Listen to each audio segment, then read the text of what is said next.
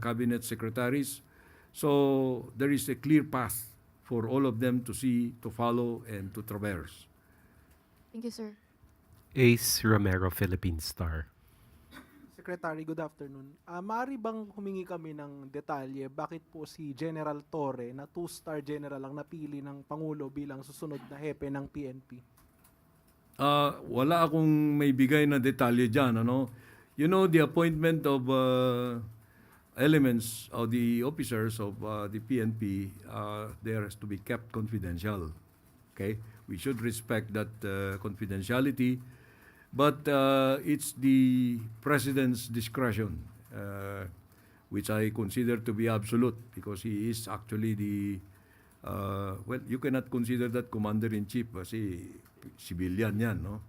Pero more or less, ganun. No one can question the use of that discretion, call it inscrutable. But right now, the considerations that weighed in the choice of General Torre should be respected.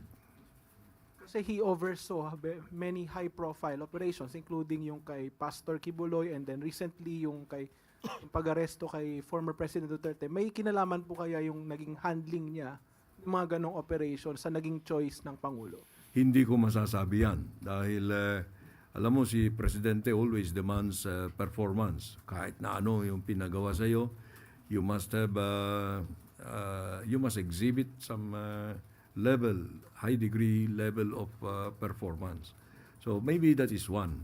I'm not going to discount that. But there may be other qualities of General Torre that he might have considered in comparison to the qualities of those others who were not given this responsibility. Salamat po. Eden Santos, Net 25. Good afternoon po, ES. Yung pong pagkaka-appoint ni General Torre, naasahan po ba na magkakaroon ng mga demoralization or sa hanay po ng PNP yung pagkaka-appoint po sa kanya ng Bakit Pangulo? naman? Dahil kung titingnan po yung mga background po ng iba pang contender, hindi po kaya magdulot ito ng problema sa hanay? Palagay ko naman hindi dahil professional yung mga hanay ng kapulisan, no? They're all very great professionals. They're very decorated individuals. So they just follow what the Commander-in-Chief or what the President desires.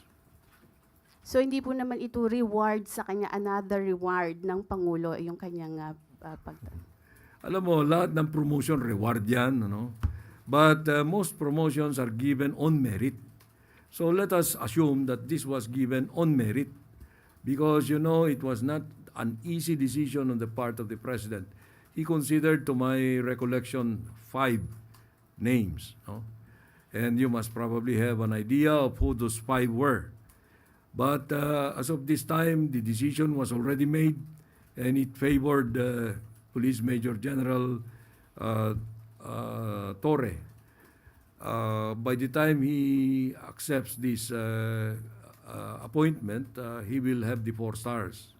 That is the regulatory rank, the stars. Thank you po. Ira Panganiban, DZRJ. Yes, General Torre will be serving 1 year and 9 months, if my calculations are correct. That means he will be one of the longest chief of the Philippine National Police to serve. Does this mean there are going to be more of activities that he has been doing in the past that we can expect in the future, like what happened to the KOJC, the Duterte incident, and all other incidents that General Torre has been involved in? Well, let him show to us. I do not understand too well the question. No? Performance is always depending on the situation. in these kinds of operations of the police, he was given an assignment, yung KOJ ang sinasabi mo. He went at it like it was an ordinary thing, very professional. So we should praise him for that. There may be other situations like arresting a kidnapper. That's another kind of operation. So let us not judge a person on the basis of one that he had done very excellently. Baka yung next na kanya, palpak siya. Ibig sabihin nun, it's not going to be easy for us to predict. Follow up lang. So, serving for a year and 9 months, the longest I remember of a chief PNP serving very long is something like 6, 7 months, 8 months at most.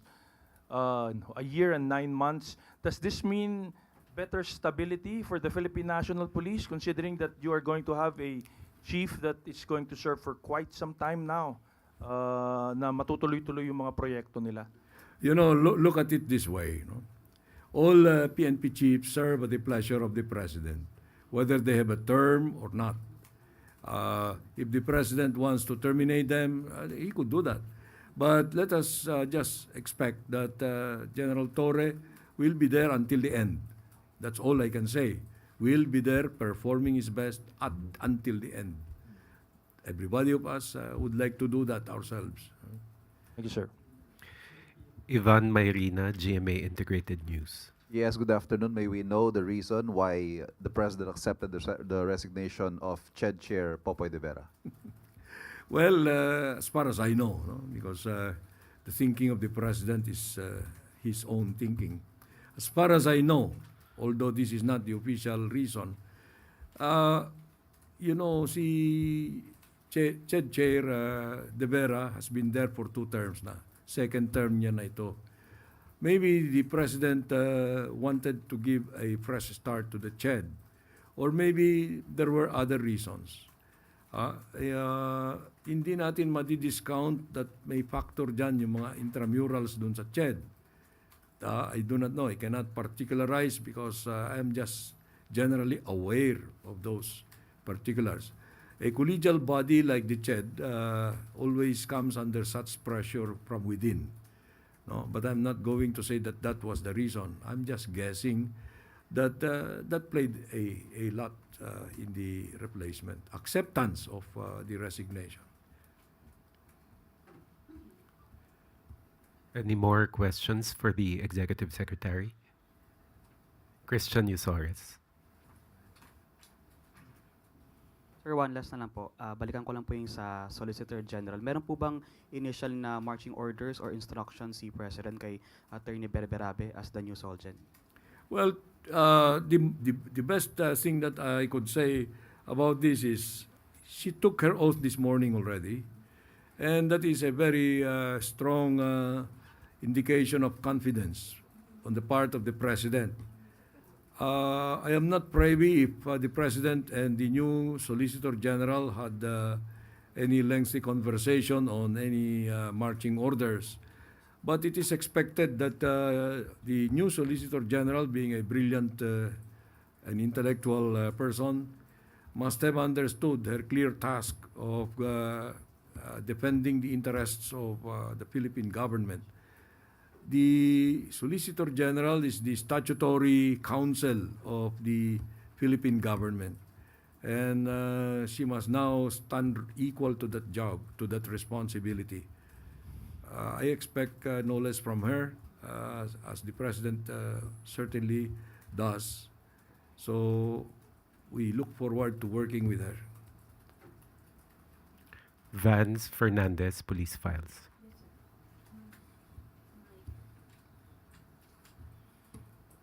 I'm eager to know who provoked the President na magkaroon ng ganitong courtesy resignation.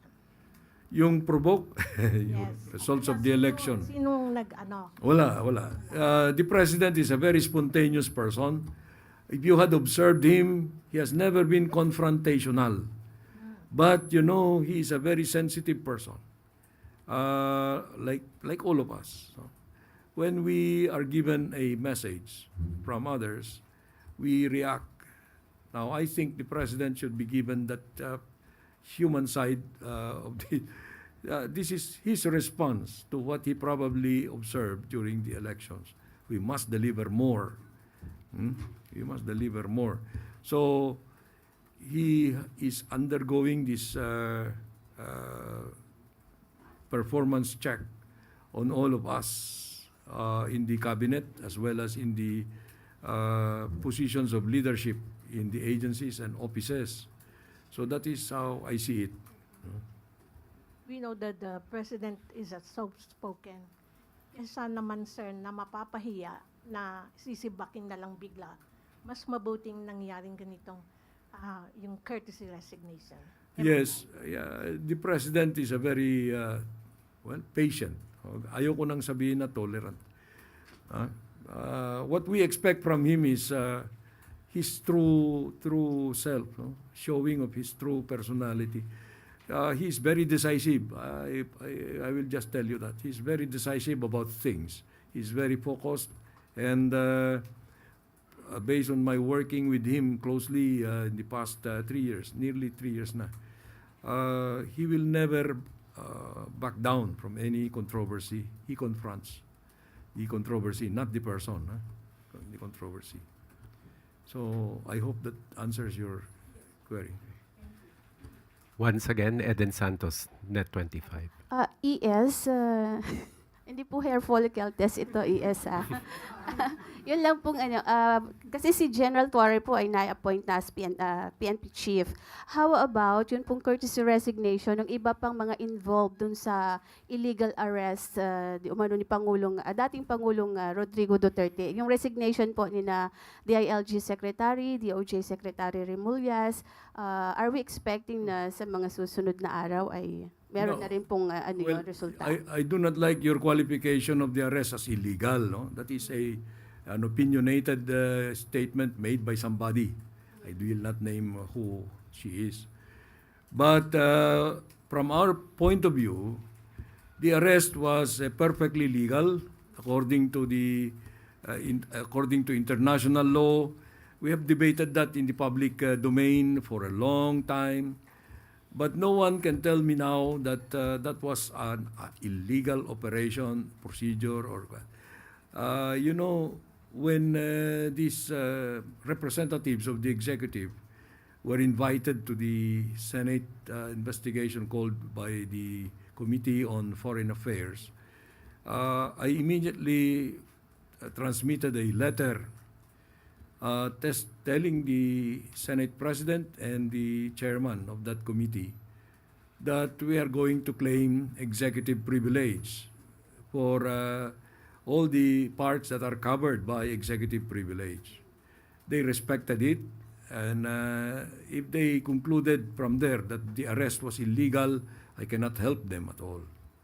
That was the Question last po. question. Yeah, but Thank the you very question much. po is yung assessment po yung sa performance nila ng Pangulo, kailan po natin na inaasahang babanggitin kung tinanggap ba ng Pangulo yung resignation po nila or hindi?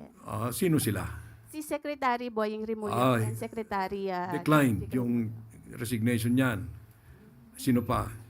si Secretary John Vic Remullaz. Declined din. How about the Secretary Anyo? I do not know yet because that is a personal thing for the president, security advisor yan. And actually that resignation letter was not coursed through me because it's a personal response. They have a personal thing dyan. Kung ayaw ni presidente tanggapin, it's up to him. How about Secretary Gubo Teodoro po? Hindi rin. Gusto mo bang lamunin tayo? No? So yung po tatlo, dinicline na po ng Pangulo? Yeah, definitely. Declined na yan. Thank you very po. much. Thank you very much, Executive Secretary Lucas Bersamin, Honorable Undersecretaries. Thank you very much. We now turn over the floor to Secretary J.C. Ruiz.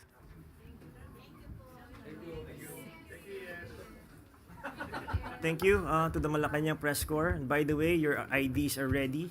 We will now distribute your IDs. But of course, the accreditation will still continue.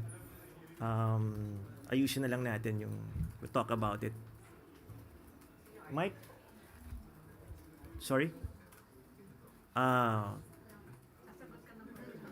ano yun? Yes. Yes. Oh, yeah. No, not. No. We will give information as soon as we get it also. Thank you very much. Thank you.